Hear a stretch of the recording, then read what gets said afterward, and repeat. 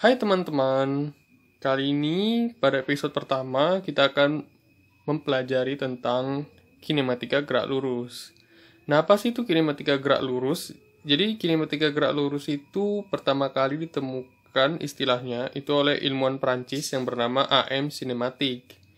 Nah, arti kinematika itu sendiri apa sih? Jadi kinematika itu ilmu yang mempelajari tentang gerak tanpa mengetahui gaya yang menyebabkan pergerakan tersebut. Jadi, teman-teman sekalian, untuk membahas kinematika gerak lurus ini, ada dua hal yang harus kita pahami konsepnya. Yang pertama, gerak lurus beraturan, ya, gerak lurus beraturan, atau juga disingkat dengan GLB, dan gerak lurus berubah beraturan atau disebut dengan GLBB. Nah, untuk episode pertama ini kita membahas tentang GLB dulu. Oke, saya rasa kita akan hapus dulu. Kita akan hapus papan tulisnya.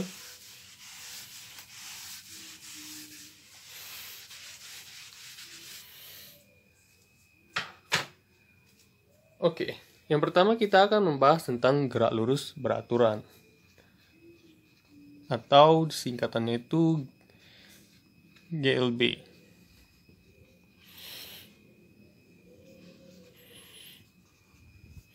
Nah, apa sih itu GLB? GLB itu secara sederhananya bahwasannya benda itu menempuh gerak lurus dengan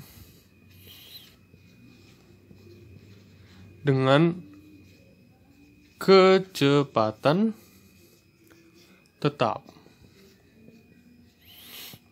Nah, gerak lurus beraturan itu benda menempuh gerak lurus dengan kecepatan tetap. Sederhananya seperti itu.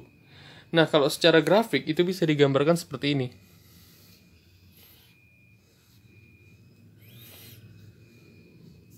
Ini adalah T untuk waktu, second ini kecepatan yaitu meter per second. Nah, misalkan ada suatu benda dengan kecepatan 5 meter per second bergerak lurus ya. Ini waktunya misalnya. Di sepanjang waktu ini 4 second benda tersebut bergerak dengan kecepatan tetap sebesar 5 meter per second.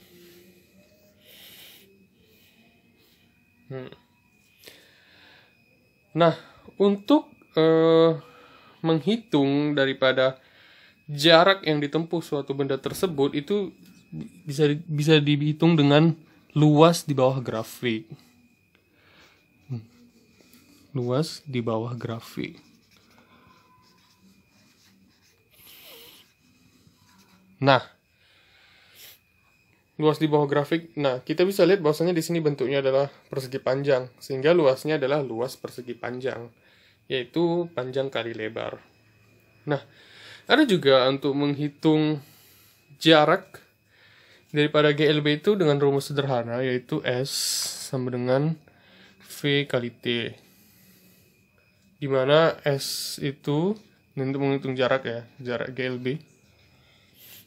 Dimana S itu untuk jarak tempuh, menyatakan jarak tempuh dengan satuan meter.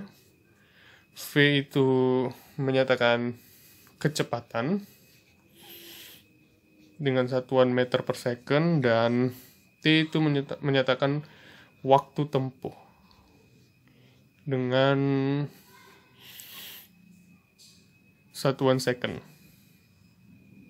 Oke, itu adalah rumus daripada jarak GLB secara sederhana.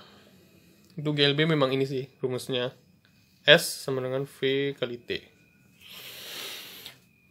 Oke, di dalam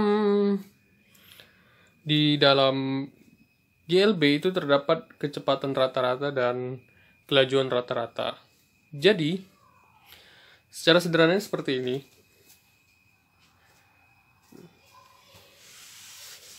Benda itu sebenarnya di dalam kehidupan sehari-hari tidak mungkin selalu bergerak dengan kecepatan tetap.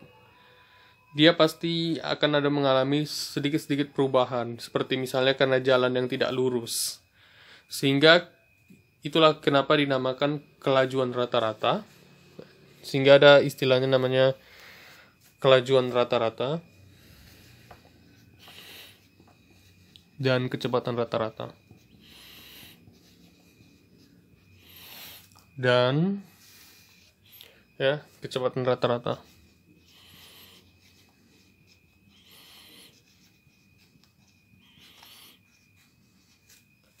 Nah, apa sih yang membedakan antara kelajuan rata-rata dan kecepatan rata-rata? Jadi, kelajuan rata-rata itu merupakan besaran vektor, besaran skalar. Sementara kecepatan rata-rata merupakan besaran vektor.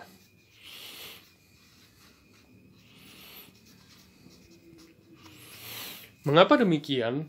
Karena secara arti kelajuan rata-rata ini merupakan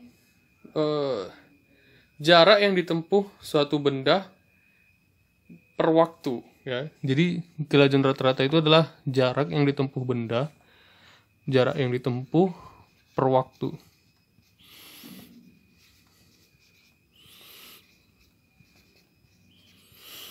Nah, berbeda dengan kecepatan rata-rata, yang kita hitung itu adalah bukan jaraknya, tetapi perpindahannya.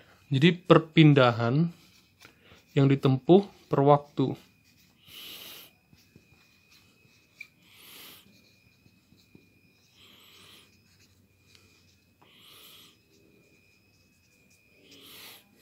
Oke. Jadi kelajuan rata-rata itu jarak yang ditempuh per waktu, sedangkan kecepatan rata-rata perpindahan yang ditempuh per waktu. Kelajuan rata-rata besaran skalar dan kecepatan rata-rata itu merupakan besaran vektor. Nah, secara rumus seperti apa sih? Secara rumus itu sama untuk keduanya, yaitu V sama dengan, kalau ini S per T. Nah, sedangkan kecepatan rata-rata ya sama V sama dengan perpindahan, ya, delta S per T.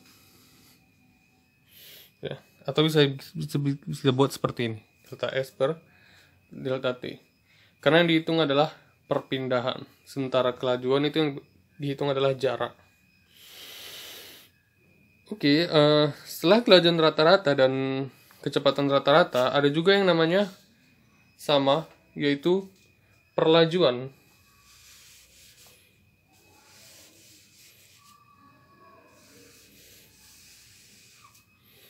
Ini kita hapus dulu.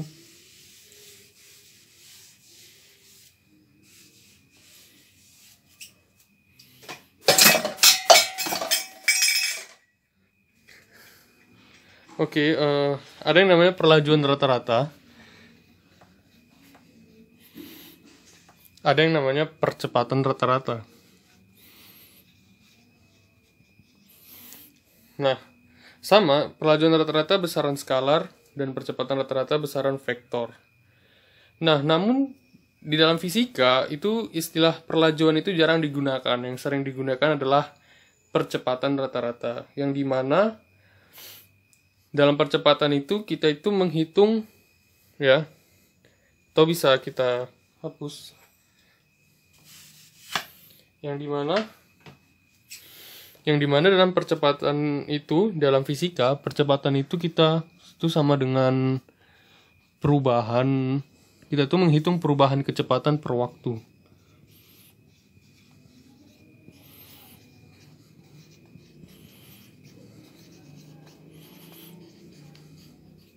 Nah, rumusnya seperti apa? Yaitu A sama dengan delta V per delta T. Nah,